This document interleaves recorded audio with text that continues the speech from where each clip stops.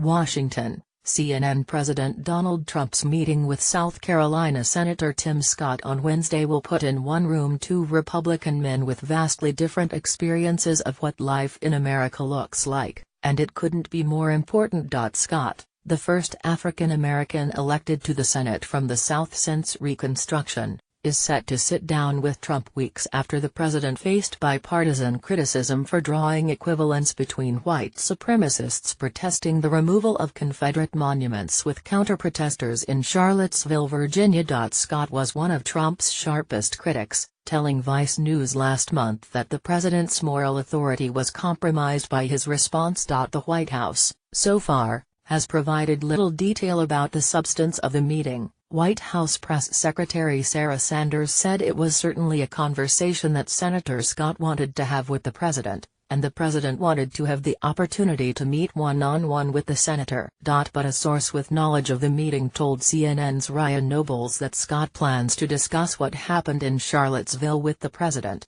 as well as race and specific issues facing people of color. To understand why this meeting carries so much consequence, it's important to look at where the two men came from. Scott, 51, was raised by a single mother and, by his account, owes his success and political affiliation to a conservative Chick-fil-A owner that he met in his youth. Scott's political career began on Charleston's city council and he joined Congress in 2010 after defeating former Senator Strom Thurmond's son in the Republican primary. He served one term in the House before he was appointed to the Senate by then South Carolina Governor Nikki Haley. In the 7 years he has been in Washington, he moved more toward using his position to press members of his party for a better appreciation of racial issues. Last year, on the Senate floor, he delivered an emotional speech, describing what it's like to be questioned by police simply because of his race. There's a deep divide between the black community and law enforcement, a trust gap, Scott said in that speech. I do not know many African American men who do not have a very similar story to tell, no matter their income, no matter their disposition in life.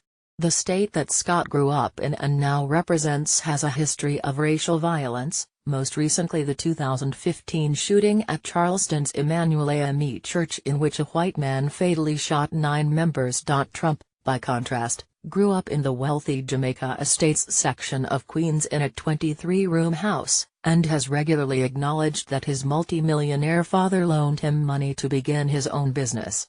He launched his campaign for the White House in the lavish Trump Tower where Trump made his home until he moved into the White House in January. Still, Scott, who initially backed Florida Sen.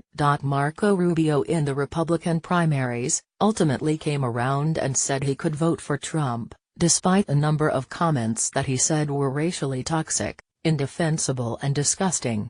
So why sit down with Trump? In a recent interview with CBS News, Scott shed some light on why he thinks that could make a difference. We need our president to sit down with folks who have a personal experience, a deep connection to the horror and the pain of this country's provocative racial history, Scott told CBS. If the president wants to have a better understanding and appreciation for what he should do next, he needs to hear something from folks who have gone through this painful history. Without that personal connection to the painful past, it will be hard for him to regain that moral authority, from my perspective.